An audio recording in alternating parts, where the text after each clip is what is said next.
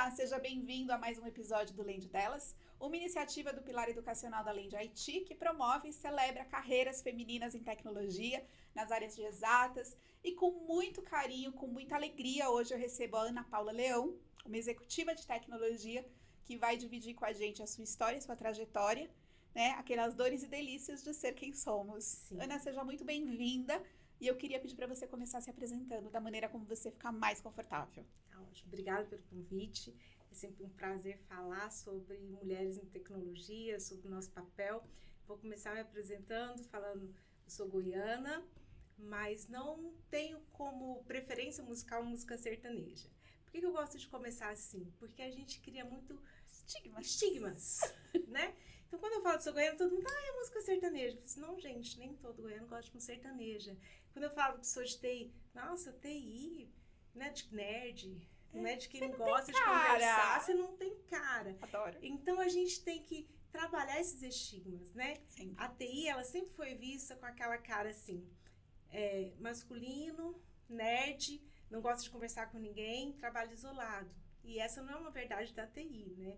E eu lembro que quando eu prestei vestibular na época de 90, tinha uma frase, ou você é bonita ou você vai para exata. Eu falei assim, oi, eu nem sou bonita e nem sou boa, sabe? Assim, eu falei assim, gente, não tem esse conceito. Eu vou para exatas porque eu quero e pronto.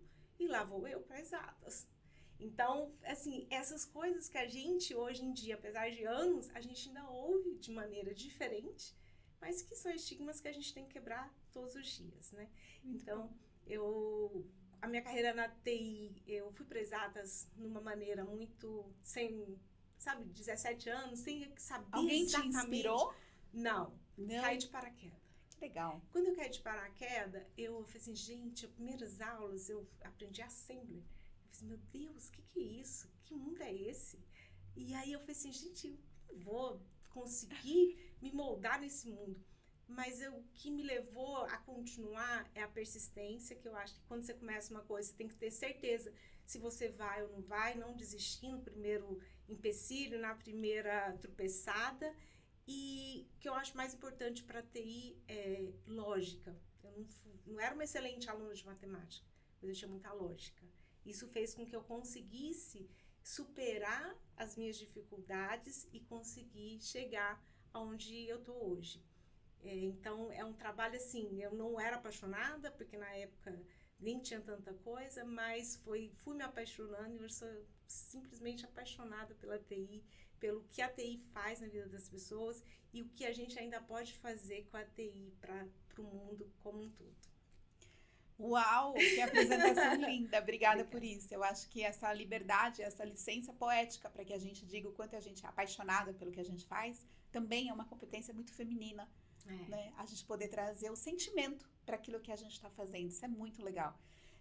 Eu vi que você falou que não houve uma inspiração, né? E eu acho que a gente já começa falando um pouquinho sobre a dificuldade da gente conseguir encontrar os modelos, né? Para onde eu vou, com quem eu vou. E eu sei que ao longo da conversa a gente vai entrar nesse lugar, mas eu acho que vai ter muita coisa boa aqui para frente. Me conta um pouquinho, né, sobre... A gente, obviamente, que preparou, né, uma conversa, mas eu queria muito te deixar à vontade para contar pra gente um pouco sobre esse teu momento de transição, né? Assim, você começou no mercado financeiro, eu acho que você tem uma bagagem do mercado financeiro. Sim, quase 20 anos dentro de banco, desenvolvendo todos os aplicativos, sempre naquele mundo de banco que muito corrido, muito... E aí você transiciona para a educação. Sim.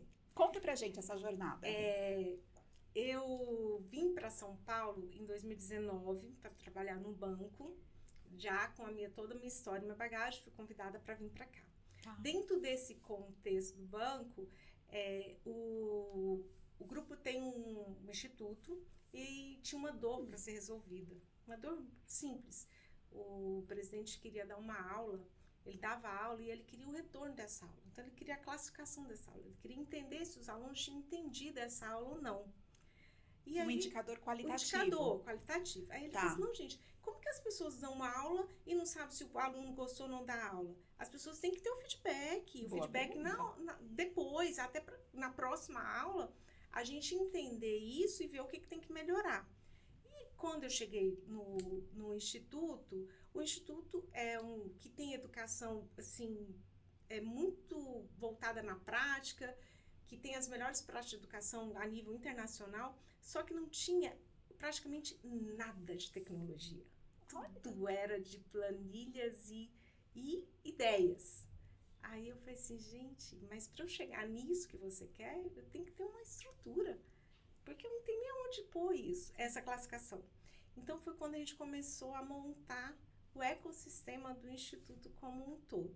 Era para eu ficar só para essa montagem de projetos, assim, porque eu estava em outros projetos, eu sempre gostei muito de projeto, e só que dali o negócio foi crescendo, e aí eu migrei totalmente para a área educacional. Então foi a partir de uma dor que eu fui buscar uma solução e mergulhei na educação. Foi assim que eu cheguei lá.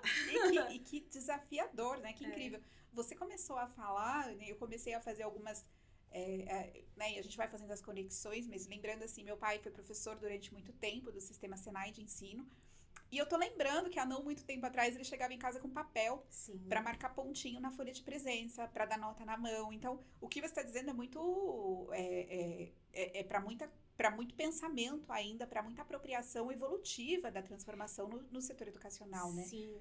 Tem muita oportunidade Tem ainda. muita oportunidade. E é um setor muito fechado e muito delicado. Então, quando a gente chegou montando todo esse ecossistema, a primeira coisa, a reação é, vocês vão substituir a gente, os professores. Eu falei assim, não, a gente está aqui para automatizar essas tarefas repetitivas, para vocês terem mais tempo para focar no que é o seu core, que é aprender para ensinar.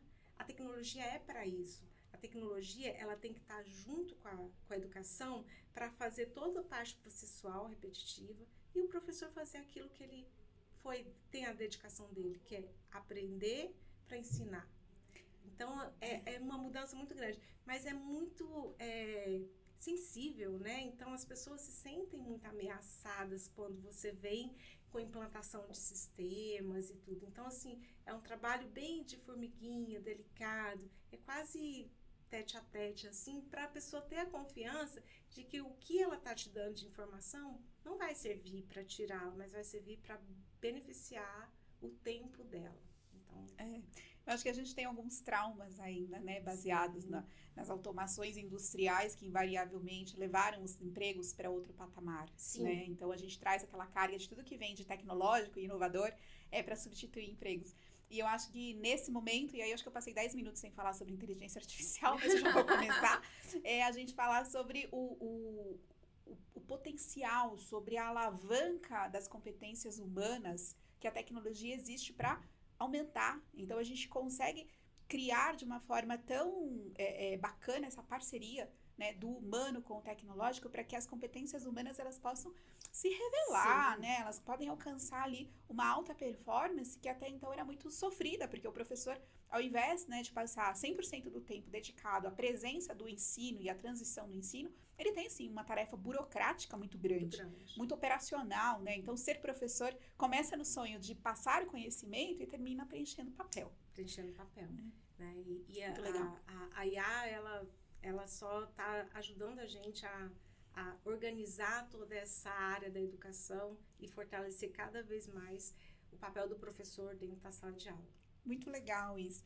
Vamos falar então um pouco sobre a tecnologia, né, aplicada na educação, e eu queria entender de você um pouco sobre esses projetos que a gente tem atualmente, né? Como é que você enxerga os projetos de LMS, como é que está essa questão dos dados moldando o futuro da aprendizagem, porque a gente vai ter também uma transformação grande, né, na forma de ensinar ou na forma de conduzir o aprendizado humano. Como é que você enxerga tudo isso?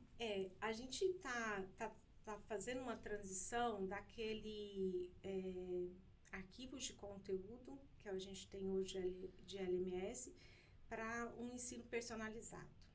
Então, personalizado baseado em dados. Isso, de novo, não é substituição do professor, mas é uma ferramenta para que aquele aluno e aquele professor também entenda melhor a dificuldade daquele aluno, porque essa personalização é para os dois lados. Então, assim, quando eu trabalho essa parte de personalização, eu vou mostrar para o professor quais as turmas têm diferença de nota, de atuação. Dentro dessas turmas, por exemplo, se é só na matéria dele, sem outra matéria, tudo isso são dados que ele consegue fazer assim, não. Então, nessa turma aqui, é a minha matéria que tá abaixo da média. Então, o que eu tenho que fazer? Aonde que a gente tem que estar aprimorando? Dentro dessa turma, os alunos que estão abaixo da média, por que eles estão abaixo? Quais são as atividades que eles não conseguiram alcançar? Aonde que a gente tem que melhorar? Então, a gente consegue, através dos dados, fazer toda uma análise do aluno para o professor e do aluno para ele também. Porque a gente, ainda mais essa geração hoje, que quer aprender, então, quando você fala, olha, aqui você tem que melhorar aqui você tem que melhorar aqui estão os vídeos que você precisa melhorar, aqui está isso, você estimula, porque eles são assim, né? Sim. Reativos. Então, você está dando argumentos ali para ele. Não adianta você falar assim, você não saiu bem aqui. Aí ele vai falar, oi?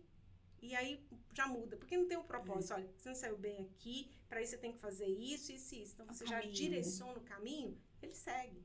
E aí é essa parte que a gente está fazendo uma transformação muito grande em todas as ferramentas de educação. Legal. É levar para os professores essa análise, e aí ele tem um tempo maior, e para o aluno esse caminho que ele tem que fazer para chegar no nível que ele precisa. Nossa, encantador isso, e eu falo porque, de novo, né, eu vou te ouvindo e aí eu vou trazendo conexões, mas eu sou uma disléxica diagnosticada depois de muito tempo, né, eu recebi o diagnóstico, eu já estava num projeto de iniciação científica, quase terminando a faculdade, e eu descobri que toda a explicação científica que eu precisava para toda a deficiência de aprendizado que eu tive ao longo da minha jornada educacional, veio no final. Então, quase, né, no final não, mas enfim, a gente faz muita coisa depois. Sim. Mas foi um despertar de horizonte, entendendo qual era a minha dificuldade, que ela tinha nome, e como é que eu resolvia, né? E aí fui entendendo o porquê de alguns recursos de aprendizado que eu tive que adotar para conseguir chegar aonde eu queria. E isso é muito incrível, porque quando a gente vai falando da personalização e do ensino individualizado, eu acho que a gente chega num lugar também de conhecer melhor quem está aprendendo. Sim. Né? Isso é muito incrível. Como é que a gente fala disso, né? E aí eu queria levar um pouquinho sobre essa questão. Eu vi aqui que a gente tem uma escola de desenvolvedores. Sim. Falando sobre jovens talentos. Então. Conta um pouco pra gente eu acho sobre que, essa... Assim, eu brilho os olhos de falar porque é muito bonito você ver a jornada deles. Dentro da minha equipe, 40% da minha equipe é formada por jovens que ou saíram da escola, que já formou, ou estão na escola. Então, eu tenho 40% da minha equipe entre 16 e 19 anos. É escola mesmo, não é faculdade. É escola mesmo. Que bacana! É ensino médio. E aí, foi um trabalho muito incrível, assim, porque a gente recebe eles no primeiro ano com gás total. Então, só que conhecimento... Potência sem controle. Conhecimento ainda vai lá. Então, você tem que dosar todo um trabalho e preparar toda a sua equipe, porque as equipes são sempre organizadas para trabalhar com nível de maturidade, senioridade. De repente, um bando de jovens enlouquecidos para fazer alguma coisa sem saber fazer. Então, a escola, ela tem um propósito para formar desenvolvedores para os negócios do grupo. Então, eu sou uma parte do negócio, né? A gente chama de empresa educadora, então eu faço parte desse projeto dentro do grupo de empresa educadora. Tá bom. E aí eu recebo alguns alunos, né? Porque a escola hoje já tem são 300 e poucos alunos, 100 e poucos formados, e aí a gente tem, dentro da minha equipe, tem 20. Então, eu sou uma parte desse grupo todo aí, entre formados e alunos. E a gente tem que preparar a nossa equipe para receber esse jovem. Porque a equipe ela vai ter que se organizar para continuar entregando, mas ela vai ajudar na formação desses jovens, né? E então tem todo um processo. Então, no começo, quando chegou, a gente falou socorro. E eles chegaram sem saber quase nada. E doidos para programar. Eu falei, como é que vocês vão programar? Não deixa pôr a mão, pelo amor de Deus. Enfim. E aí a gente veio fazendo um trabalho. A gente tentou várias coisas, assim, a gente fazia a apresentação semanal, porque é uma coisa que o jovem também não está acostumado a falar, né? E a TI, como a gente falou lá atrás, né? A TI não é aquele cara que fica atrás da máquina programando mais. A gente trabalha com metodologia ágil, a gente trabalha com squad, a gente trabalha com reuniões diárias, troca de informação E a gente diária. trabalha para o negócio. Para o negócio. Então, assim, se você acha que você vai ficar ali parado e programando, você está na década passada, isso não existe mais. Então, você tem que preparar esse jovem para aprender a falar com o cliente, aprender a falar com os parceiros, né, com os colegas. Então, assim, a gente trabalha junto com a escola toda essa parte e aí a gente vai formando. Então, hoje a gente já está na segunda turma de formados e é muito bonito de ver como eles amadurecem, principalmente do segundo ano, que já tem um ano e meio, eles vão amadurecendo. E aí, quando eles formam, eles mudam até a maneira de se vestir. Eu acho tão bonitinho. Agora bom, eu sou né? formada. E aí, eles vão vendo. E, assim, dá trabalho, porque é uma geração que muito... querendo muita coisa ao mesmo tempo. Tem que parar, tem que ensinar a respirar, né, que fala. Tem que trabalhar muita parte de soft skills, porque eu acho que é uma coisa que as escolas não trabalham e, de repente, quando você está na faculdade, você começa a trabalhar, só que eles estão antes da faculdade, estão no ensino médio.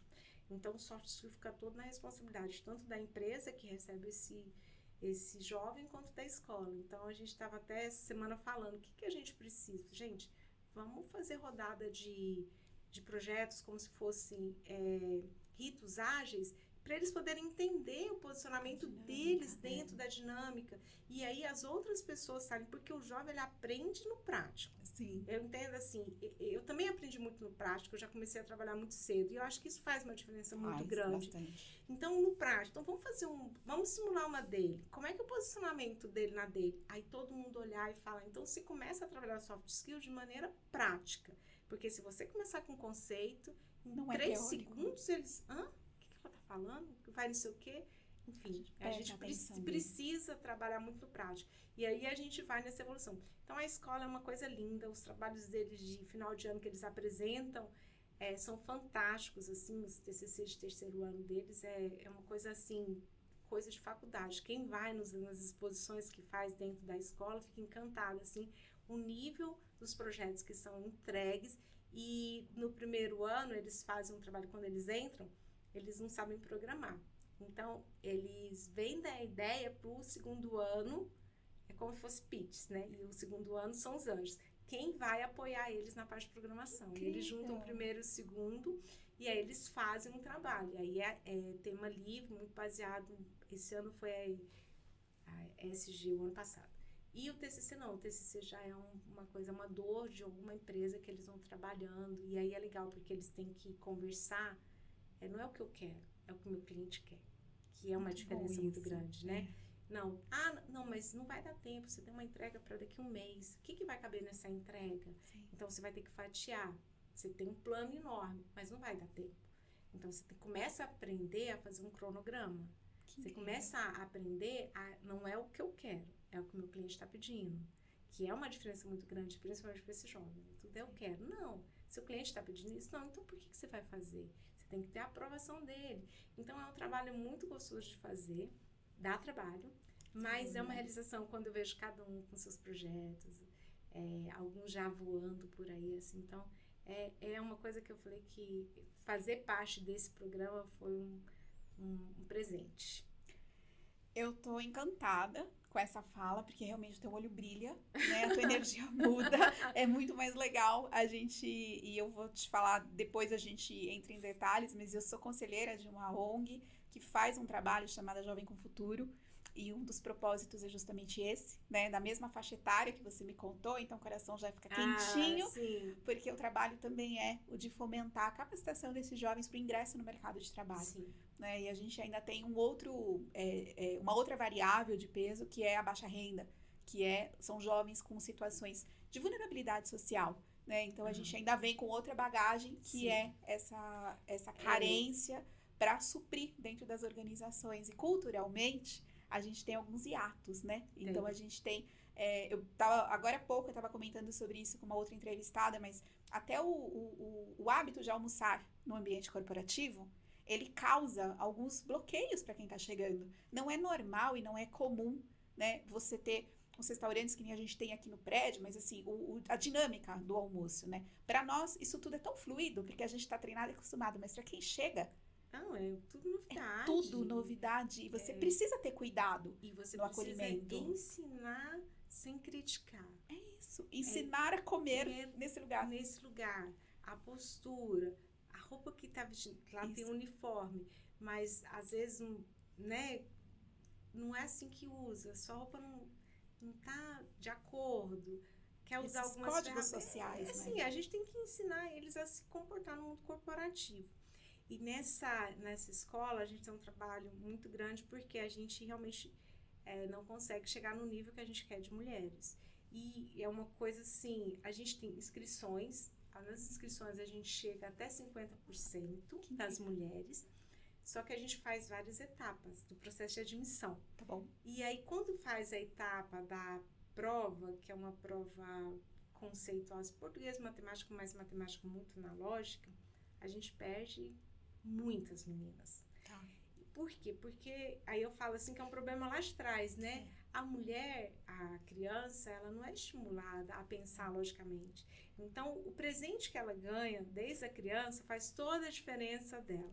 Eu sou mãe de dois, eu tenho uma menina e um menino. Eu falo que eu fui abençoada porque eu tenho os dois e eu vou trabalhando os dois de maneira, porque não adianta eu só trabalhar a mulher para ser independente e o homem para ficar lá naquele passado. Então, eu tenho que trabalhar esse menino para ter uma companheira como eu tô criando a minha filha. Para ser um homem aliado. Aliado. Então, eu falo que a gente que é mãe de casal, a gente tem que ter esse trabalho. Olha, só não adianta eu ficar criando a minha menina para ser super independente, empoderada e passando a mão na cabeça do meu menino.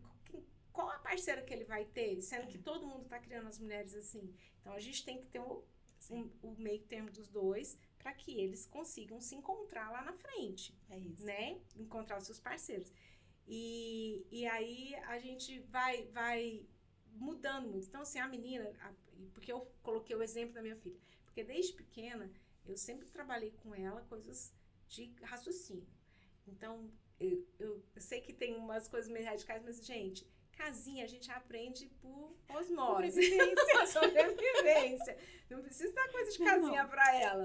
Então, assim, a boneca, ela vai aprender a cuidar do filho dela, porque eu nunca tinha pego um bebê até a minha filha nunca tinha trocado uma fralda. E eu consegui passar por duas. Criança vingou. E foi. Tá ótimo. Pronto. Então, eu não preciso ensinar. Então, eu ganhava boneca e falei assim, não, faz assim, ó. Vamos dar roupinha que ela vai ser estilista. Ela vai ser não sei o quê. Então, sempre muito bom. Mostrando as outras coisas. Que é boneca, ok. Mas não pra ser boneca pra ficar com o filho. Né? Aquela coisa, de cuidar. Não, tem outras coisas que uma boneca pode trazer para uma criança. Né? De pensar diferente. Vamos montar Lego. Vamos fazer venda. Vamos trabalhar outras coisas para a criança estar estimulada. Porque a mulher não tem esse estímulo. E aí a gente vê muito isso nessa parte. Que elas vêm com muita vontade e aí chega na prova, desiste, mas não passa, né? Entendi. E aí a gente faz uma formação de 3 meses de curso de Python, que eles vão lá uma vez na semana presencial, justamente para saber, porque eles estão com 14 anos. Tem que saber se realmente quer. E dali também, muitas também desistem. Por quê? Porque acham que aquela lógica, matemática não é para elas. Aí ali dentro a gente consegue fazer um outro trabalho, porque ele está ali dentro, e aí os professores conseguem mapear, assim, realmente quem tem uma lógica boa, que está nesse processo de... eu falo que a gente... TI, mulher tem que ter muita autoestima na TI. Tem. E aí a gente trabalha muito isso com as meninas de lá. Por quê? Porque às vezes elas têm até capacidade, mas a autoestima lá embaixo, elas acham que tudo, aí um menino fala que ela não sabe, aí ela acredita. Eu não sei, eu não dou conta, e aí chora. E como a gente é mais chorona, acha que chorar é uma fragilidade, enfim, gente, chorar é igual rir, vamos parar com essa coisa. Tem uns que riem, outros choram. É uma emoção igual a outra. É uma emoção, não vamos ficar... Né, criando estereotipo quando ela chora. É a maneira dela se expressar. Sim. Enfim, vai no banheiro, lava o rosto, volta. Respira e volta. Deixa pra lá. Tudo bem. E aí a gente faz um trabalho, porque lá a gente tem muitos professores que são super aliados às mulheres. É um time fantástico. Hoje a gestão de lá tá com uma mulher, que é a Adriana, que é uma pessoa fantástica. Então e ela vem trazendo tudo isso também com muita força. Assim. Então a gente tem um trabalho muito grande ali dentro da escola, tanto na formação quanto no empoderamento feminino, para que a gente consiga trazer mais mulheres para a TI. Então, um trabalho em conjunto ali com todo mundo, para que essa escola seja uma referência mesmo, não só na formação dos desenvolvedores, mas na formação de mulheres na TI. Nossa, é encantador esse trabalho. Tá uma delícia te ouvir falar sobre isso, porque eu acho que são lugares que a gente precisa estar. Né? E quanto mais a gente se aproxima da base, quando a gente mais se aproxima do começo, né? E eu até, você falando, mas assim, eu brincava de Lego porque era a única coisa, vamos chamar assim, de gênero neutro, que meus pais não precisassem se preocupar tanto com a brincadeira, porque eu tenho 2 irmãos homens, então assim, como é que a gente inclui ela, né, nessa brincadeira? Então eu acabava indo para esse lugar de brincar de Lego, fiz curso de xadrez, fui para alguns lugares, mas muito por não pensando em futuro e não pensando nesse desenvolvimento, né? Mas eu acho que até para suprir algumas dificuldades educacionais, como eu falei, que eu tinha, tal. Uhum. E isso é muito importante, né? A gente começar a falar mais sobre isso, porque Sim. tem algumas falas que estão surgindo agora, e eu acho muito saudável que se fale sobre isso, mas sobre o incentivo da questão dos heróis, né? A gente tem a princesa e o super-herói. Então, assim, cadê as heroínas? Né? De onde elas começam? Isso é muito legal. E aí, quando a gente fala sobre esse lugar, né? Esse momento feminino, eu acho que a gente pode falar um pouco sobre a tua liderança, né? E eu acho que ela é super importante e vale a pena você dividir com a gente um pouco nessa questão da gestão dos times, né? Dos multidisciplinares.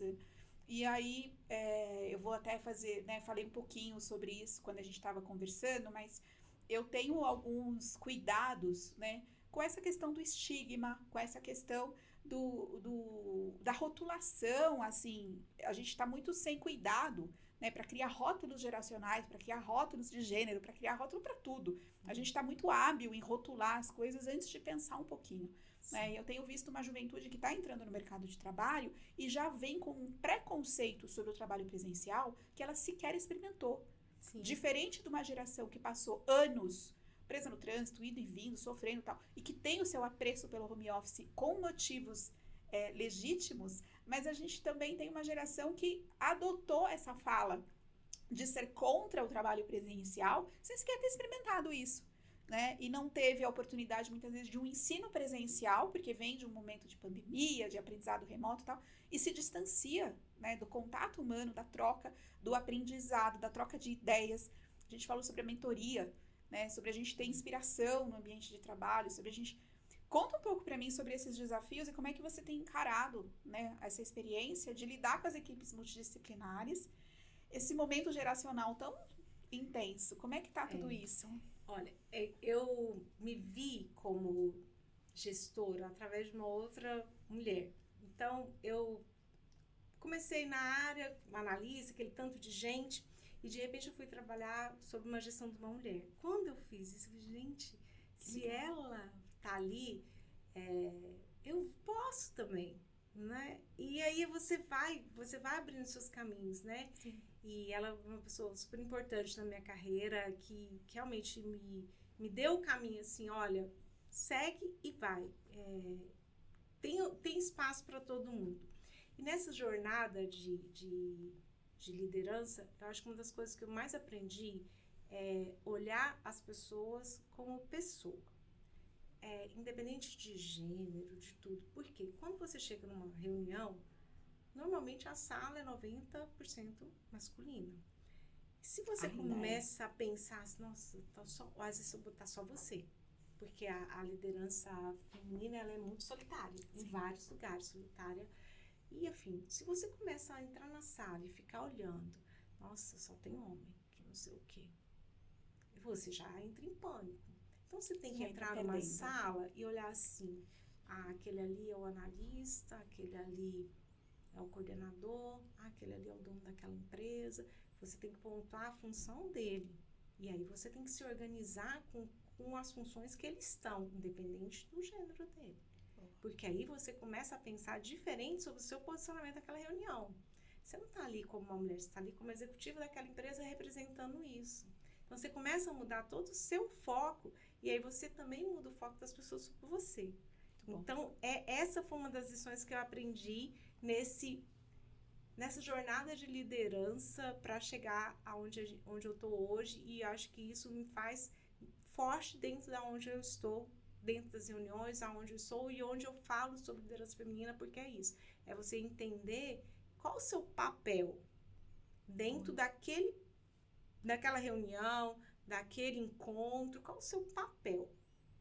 Então, isso eu acho que é uma coisa que a gente muda muito e isso é importante para o nosso crescimento. E essa questão da liderança multidisciplinar, eu acho que a gente teve, assim, na pandemia, esse boom, as pessoas achando que era isso, e aí vem o estereotipo da TI de que pode ficar se isolado, e não é verdade. Não. E agora os jovens querem, mas eles mesmos, quando você começa a trabalhar os soft skills deles, eles começam a entender que o remoto não é a oitava maravilha do mundo. Não, não é. E que eles perdem muito. A falta do café, a falta da conversa, faz uma diferença nas suas entregas, faz uma diferença no que você está entendendo do negócio como um todo. Isso. Então, a gente lá dentro, a gente trabalha muito isso. A gente tem uma parte de híbrido, principalmente porque aqui em São Paulo tem o tal do rodízio, que dificulta a vida de todo mundo. Fácil não tem no nosso vocabulário, né? E aí a gente tenta ser maleável nesse dia do rodízio, até porque onde a empresa fica, não, né, ela tem uns problemas de mobilidade, não é tão fácil. Então, a gente faz esse trabalho junto ali, do híbrido, por conta desse ponto do rodízio. Mas a gente começa a mostrar para eles a diferença das resoluções. E quando a gente tem equipes que às vezes usam o transporte público, mas a gente faz o quê? Se uma equipe tá online, a gente faz ela, aquele dia todo mundo fica online, porque se perde menos. Se eu tenho uma equipe, metade presencial, metade online, o presencial vai resolver um monte de coisa, vai conversar entre eles aqui e o online vai ficar lá sem saber. Então, a gente, para fazer essa gestão, a gente organizou assim. Então, vamos organizar tal dia é o dia que vai ficar em casa, então vamos ficar todo mundo aqui nesse dia. Por conta disso, porque é uma diferença muito grande. Você tá ali, você conversa com um colega do lado, você resolve, você esquece que você tem que avisar pro que tá online, o que tá acontecendo. Aí, quando você resolveu no seu isso, não, você já tá pronto, tá em produção. Oi? Por quê? Porque a dinâmica foi totalmente diferente. Então, assim, o trabalho de equipe mista é muito complexo. Eu falo assim, gente, tem que ter muita coordenação, muito cuidado, porque quando tem dois juntos, o que não está vai ficar sem informação necessária. Então, eu acho que o trabalho, ele tem que ser junto, dentro de cada um. Se é remoto, todo mundo remoto. Se é híbrido, sabe? Não dá esse um pouco aqui, um pouco ali. Acho que no final da squad, o resultado não é positivo. Porque muita coisa aconteceu no presencial e o híbrido e o online ficou ali, perdido no tempo, porque a informação está aqui. Então, é um desafio. E hoje, cada vez tem mais gente voltando para esse caminho, mas também tem que voltar pensando no porquê voltar e como se organizar voltando com o trabalho híbrido. Né? Tem muitas empresas voltando, saindo do 100% online para o presencial. Tem todo um trabalho para ser feito, para as pessoas se organizarem, mas também tem um trabalho da equipe, porque o trabalho é diferente e a gente tem que pensar nisso. O que acontece dentro do presencial, como que eu passo isso pro online, para o online não se perder? Porque se perde. Gente, você tá do lado, conversa, não sei o quê, já vem a ideia, já... Né, e se a gente lembrar, Ana, eu acho que não muito tempo atrás, antes dessa história do trabalho remoto ganhar tanta repercussão, a gente já tinha, sempre se falou, né, das competências de comunicação organizacional. A gente já tem problemas desde antes, quando todo mundo ficava junto. E eu acho que é muito difícil você explicar essa questão da cultura organizacional. Cultura não se vende se a gente não estiver com as pessoas ali reunidas. Então, a gente precisa, né, de cultura alinhada com estratégia, mas fazendo sentido para as pessoas vivenciando. Cultura a gente vive, a gente não conta. Né? Não é uma história para se contar e não são regras que se põem num quadro. Né? A cultura a gente vive e sente ela todo dia. Então, acho que isso é fundamental. Né? E eu acho que a sensibilidade desse olhar que você trouxe, ela vem, aí eu falo sobre estilos de liderança. Eu gosto muito de falar sem o gênero, mas o Sim. estilo de liderança, porque a gente tem mulheres que adotam estilos de liderança masculino, que acabam confundindo até as coleguinhas, né? Sim.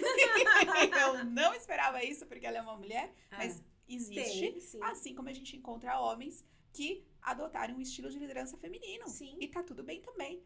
Né? Assim, é uma grata Cada surpresa. Um fez a sua escolha. É uma grata surpresa Sim. quando acontece, mas ao mesmo tempo, quando as mulheres adotam esse estilo de liderança masculino, também é uma surpresa e às vezes é um choque.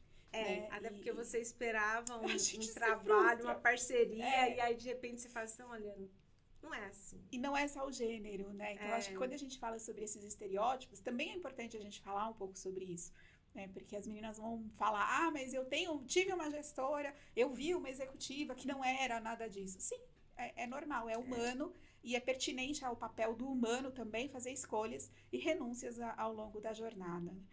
E quando a gente fala sobre esse papel do cuidado, da gestão, né? Assim, ele vem com soft skills que são pertinentes ao estilo de liderança feminino, que é esse cuidado com o ambiente que a gente está, que é o olhar, né, para a equipe como indivíduo, como humano, é pensar, né, no que se aproveita e no que se entrega para cada um. Isso é muito gostoso da gente ver, porque também é novo.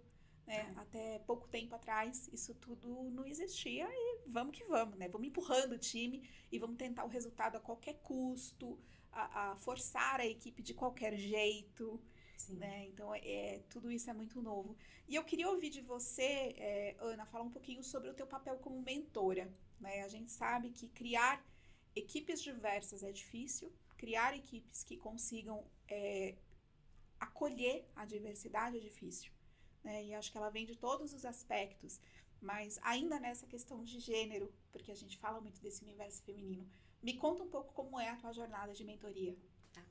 Como eu falei, eu venho de muitos mentores, mulheres e homens. Que bom. Então, eu sou uma pessoa, eu falo que eu fui muito abençoada, porque eu tive homens fantásticos, né, como líderes, e que me ajudaram muito no que eu sou hoje. Assim, eu sou super grata a muita gente, porque eu acho que é importante aquilo que a gente falou, né? Homens e mulheres trabalharem com o sentido de estar trabalhando a equipe como um todo, as pessoas como um todo. E eu fui muito abençoada. Então, eu acho que por isso que eu gosto de fazer mentoria. Que legal. Eu falo muito dentro da minha equipe com as meninas sobre isso. E essa mentoria que eu faço é uma mentoria para o MCIO, que é uma associação de mulheres que Pode apresentar e tá. Conta para todo mundo o que é. É outro orgulho, né? Eu acho que participar do MCIO é um orgulho, porque a gente vê como que nós podemos nos unir para nos fortalecer, para abrir caminhos, e aí vem aquela questão da liderança solitária. Então, você pode estar até sozinho na sua empresa, mas você sabe que você tem o apoio do MCIO. Então, assim, é fantástico. Então, a gente tem grupos, troca muita coisa, né? Acho que troca desde o telefone da babá até estou com um problema na nuvem que caiu X, não sei o que, alguém tem isso, não sei. Enfim, são vários assuntos que a gente troca figurinha e a gente vai se apoiando para que a gente consiga superar os desafios do dia a dia. Então, o MCIO ele tem todo um trabalho com as associadas, que já são gestoras, mas a gente tem um trabalho também com novas mulheres que querem iniciar na carreira de TI. Então, hoje eu trabalho com as associadas, mas eu já trabalhei com essas também que começam, né, fazem cursos, que a gente tem vários programas ali de carreira. E o que o MCIO faz de diferente, que a gente até o ano passado ganhou um prêmio da Oracle, da área lá da Oracle, que faz treinamento.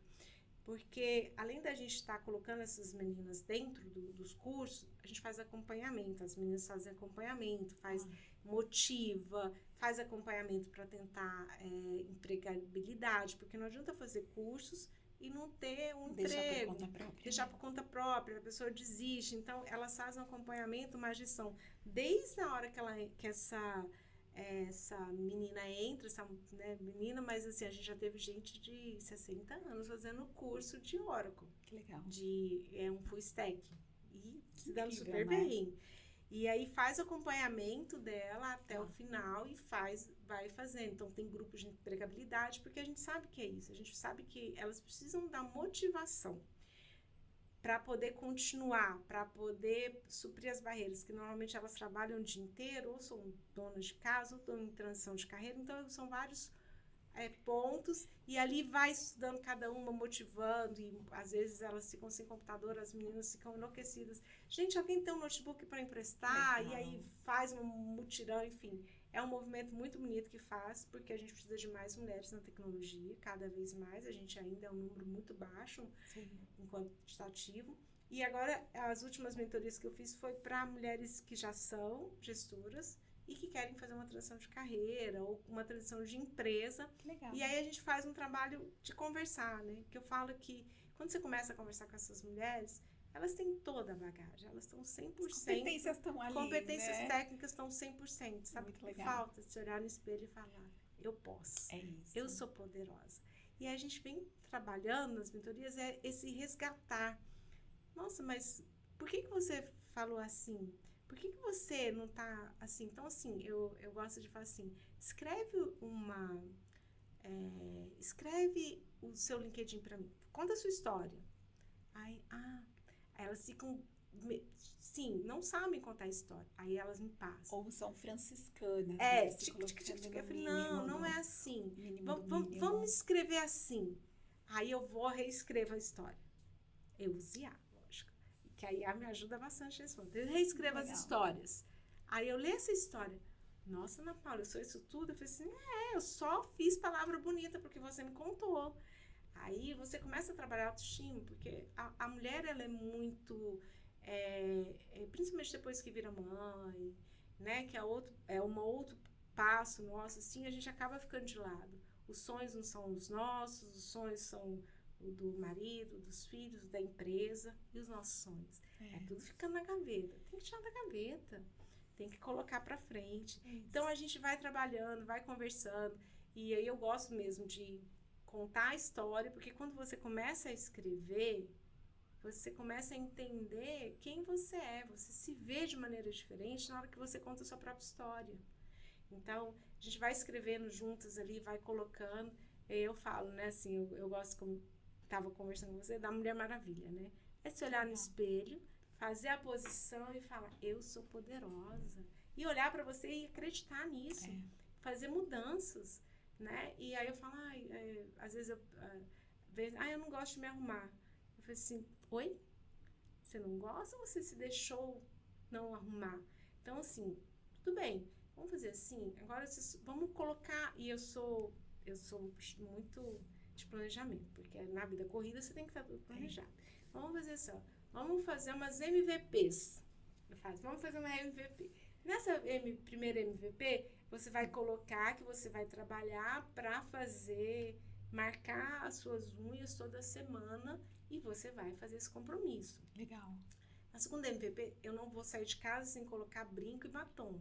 São pequenos itens. E quando você vê, você mudou totalmente a sua maneira de se mostrar para o público e o seu interior. Então, assim, não é grandes mudanças, mas vamos trabalhar tudo que a gente trabalha, metodologia ágil, vamos pôr na gente? Bora lá, vamos criar squads. Sabe fazer, né? Não é? Vamos criar squads pra gente, vamos colocar tarefas, vamos pôr, né? Porque a gente precisa disso, né? Porque cada vez que a gente realiza uma tarefa, a gente muda tudo que tá dentro da gente. É dopamina, né? Dopamina, né? Então, eu falo assim, quando... Eu sempre fui cheia de planilhas na minha casa, né? Então, quando eu tive os 2 filhos... E tinha babá e a menina que ajudava também. Então, eu tinha planilha para tudo. Porque eu chegava lá em casa e falava, hoje, o que era para fazer na casa hoje? Era isso. Fez, pronto, acabou. Ela fez a parte dela, fez a minha, acabou. Se você não faz assim, aí não fez não lavou, não sei o que, você já vira uma confusão. Mas será que não alinhou a expectativa tempo, antes, né? Então, eu sempre alinho as expectativas. Então, eu falo assim, vamos fazer... para organizar. A organização, ela não é chata, mas ela é para te dar tempo para fazer outras coisas. Né? Então, organizar o seu dia a dia, ela te dá tempo para fazer outras coisas. E a organização traz paz. Não é? Eu acho. Eu acho também. Isso não é ser metódica, não é isso. É simplesmente eu me organizar para ter mais tempo. Então, e aí eu falo com elas assim, e essas entregas pessoais, né, elas são super importantes, porque a gente esquece da gente. A gente tem tempo para tudo, não tem tempo pra gente. E nossa geração agora ainda tem mais um atributo que é cuidar dos pais. Né? A gente tá com os pais aí, a gente tem esse outro papel que as gerações passadas não tinham, porque se perdia-se muito mais cedo. Hoje não. Então hoje a gente tem mais um papel que é cuidar dos nossos pais. E a longevidade deles vem com esse peso, né? Da gente ter que pensar de virar pais dos nossos pais enquanto os filhos ainda estão crescendo. Então a gente tem mais esse. Então a gente tem que organizar, porque a gente tem que ter tempo para tudo isso. Mas não é 100% tempo, é o seu tempinho ali organizado. As pequenas tarefas para cada um, para você chegar no seu final do dia e falar, nossa, olha o que eu consegui fazer. Isso faz com que tudo mude na sua vida, na hora que você se sente realizada com as suas entregas. De realização, não é? Né? Ele é então, impagável. eu falo, usa o que você tem dentro do seu trabalho, que você aprende, que você aplica todo dia e que você cobra que todo mundo aplique, que faça, que aconteça, use para você. Muito bom. Né? Faça suas squads, as suas entregas, as suas tarefas, mas dentro do seu tempo. Quando a gente está em projeto, a gente faz assim, né? MVP, o mínimo para a gente começar. Não é assim que a gente faz? E a gente vai entregando, de repente a gente, puxa, entregando então. Na vida tem que ser assim também. MVPs. E eu vou te contar que eu, aí por prática, né? Eu fui evoluindo esse MVP para um MLP, que é o Minimum Lovable Product. Que é o mínimo produto apaixonante, que é o mínimo produto que apaixona.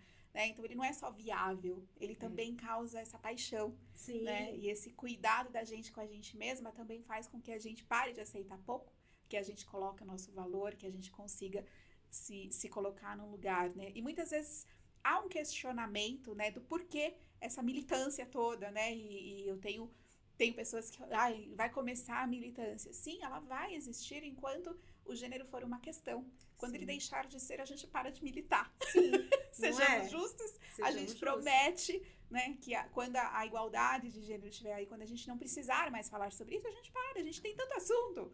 Você trouxe inúmeros papéis femininos em que as falas seriam muito mais, talvez até divertidas, né? Não houvessem todos esses desafios e todas essas barreiras para a gente romper. Né? E muitas vezes me perguntam, mas assim, para quê, né, fomentar tudo isso? Eu falo que eu venho de uma jornada que me ensinou que não existe liberdade sem independência financeira. E essa independência financeira não cai do céu. Ela é construída através de uma jornada que inclui o trabalho. Sim. E que esse trabalho pode ser o que eu quiser, independente do meu gênero.